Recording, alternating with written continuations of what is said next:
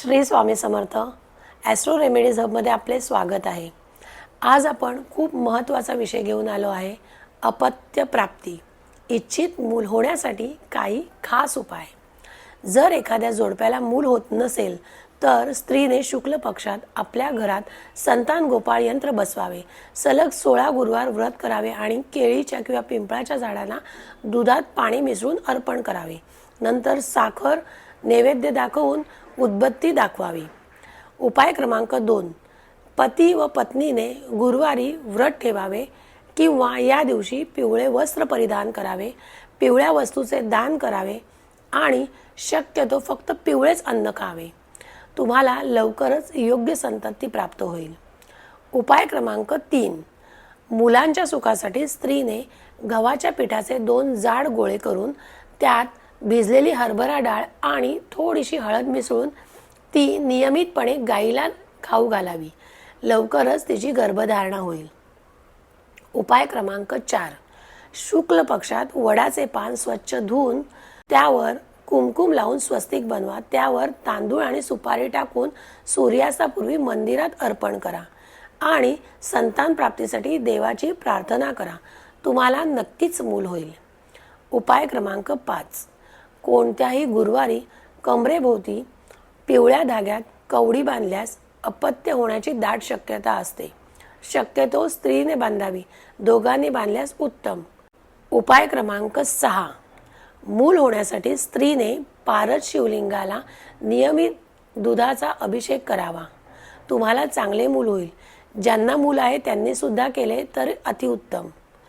उपाय क्रमांक 7, दर गुरुवारी भिकाऱ्यांना गुळ दान करावे, त्यामुळे मुलाकडूनही आनंद मिळतो।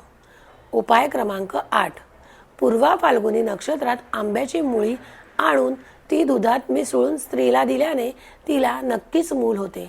हा अतिशय सिद्ध प्रयोग आहे। उपाय क्रमांक 9, निपुत्रिक स्त्रीने पिंपळाच्या झाडाभोवती दिवा लावून त्यावर प्रदक्षिणा घातल्यानंतर रविवार सोडून इतर सर्व दिवशी अपत्यांसाठी प्रार्थना करावी, तर तिची इच्छा लवकरच पूर्ण होते। उपाय क्रमांक 10, श्वेता लक्ष्मण औषधी वनस्पतीच्या 21 गोळ्या बनवून गाईच्या दुधासोबत नियमित सेवन केल्यास मूल होण्याचा आनंद नक्कीच मिळतो।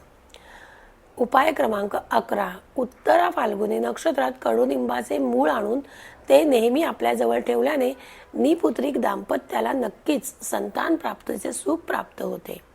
उपाय क्रमांक 12, दुधात लिंबाची मुळी बारीक करून त्यात शुद्ध तूप टाकून सेवन केल्यास मुलगा होण्याची दाट शक्यता असते। उपाय क्रमांक 13, संतांच्या इच्छेने माघ शुक्ल षष्ठीला शीतल षष्ठी व्रत केले जाते आणि बसियोरा या नावानेही हे व्रत ओळखले जाते। या दिवशी सकाळी स्नान करून षोडोपचार पद्धतीने आई शीतळा देवीची पूजा करावी। या दिवशी शिळे अन्न अर्पण करून सेवन केले जाते। उपाय क्रमांक 14, प्राचीन संस्कृत ग्रंथ सर्वोदयमध्ये असे लिहिले आहे की गर्भधारणेच्या वेळी स्त्रीने उजवा श्वास घेतल्यास तिला मुलगी होते आणि डावीकडे श्वास घेतल्यास तिला मुलगा होतो। काही रात्री अशा असतात ज्यात आपण नातेसंबंध ठेवणे टाळले पाहिजे, जसे की अष्टमी, एकादशी, त्रयोदशी, चतुर्दशी आणि पौर्णिमा, अमावस्या। ऋतूतील 8व्या, 10व्या आणि 12व्या रात्री गर्भधारणेसाठी सर्वोत्तम मानल्या जातात। या रात्री संभोग केल्यानंतर जर स्त्री गर्भधारणा झाली तर मूल होऊन इच्छिणाऱ्या जोडप्यांना चांगले मूल मिळण्याची शक्यता वाढते। अशा प्रकारे आज मी तुम्हाला 15 उपाय सांगितले आहेत। त्यातला कोणताही एक उपाय करून तुम्ही अपत्य प्राप्ती करू शकता। जर कोणाला अपत्य नसेल तर नक्कीच आपला व्हिडिओ तुम्ही शेअर करू शकता, जेणेकरून ज्यांना अपत्य नाही त्यांना अपत्य होण्यास मदत होईल। हीच आपली सेवा, स्वामी सेवा। धन्यवाद। असंच आपलं चॅनल लाईक, शेअर आणि सबस्क्राईब करत राहा।